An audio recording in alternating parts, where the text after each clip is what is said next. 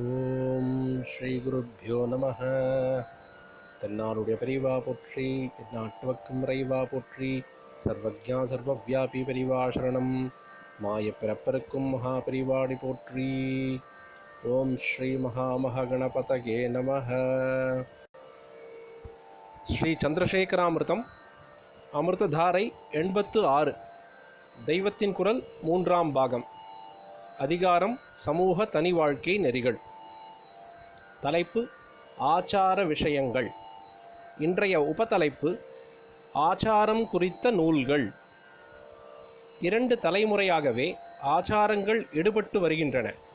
அதனால் இப்போது சாஸ்திரப்படி பண்ணுவதென்றால் எங்கள் அகத்து பெரியவர்களுக்கும் சொல்லிக் கொடுக்க தெரியவில்லையே என்று சொல்வீர்கள். உங்களுக்கு யார் உபாத்தியாயமோ அல்லது நல்ல ஸ்ரௌதிகளாக ஊரில் யார் இருக்கிறாரோ, ஒவ்வொரு ஜாதிக்கும் அதனதன் தர்மாச்சாரங்கள் தெரிந்த பெரியவர் இல்லாமல் போக மாட்டார். அவரை கேட்டு தெரிந்து கொள்ளலாம். புஸ்தகங்கள் கூட இருக்கின்றன. எல்லாம் ரொம்ப டீட்டெயில்டாக போட்டு வைத்தியநாத தீக்ஷிதீயம் என்று இருக்கிறது. அத்தனை பெருசாக வேண்டாம் என்றால் ஸ்ரீ சோமதேவ சர்மாவின் புஸ்தகம் இருக்கிறது.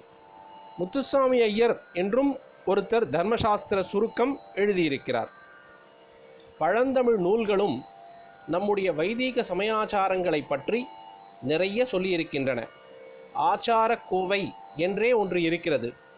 திருக்குறள் தொடங்கி ஔவையார் பாடல்கள், நன்னெறி, அறநெறிச்சாரம் முதலான நூல்கள் நீதிகளையும் தர்மங்களையும் பொதுவாக சொல்லிக்கொண்டு போகும்போதே அன்றாட வாழ்க்கையில் அனுஷ்டிக்க வேண்டிய வைதீகாச்சாரங்களுக்கும் அங்கங்கே குறிப்பு காட்டி கொண்டு போகும். நீதி சாஸ்திர கருத்துக்களை அப்படியே மொழிபெயர்த்து நீதி வெண்பா என்றும் இப்படி ஒரு புஸ்தகம் இருக்கிறது.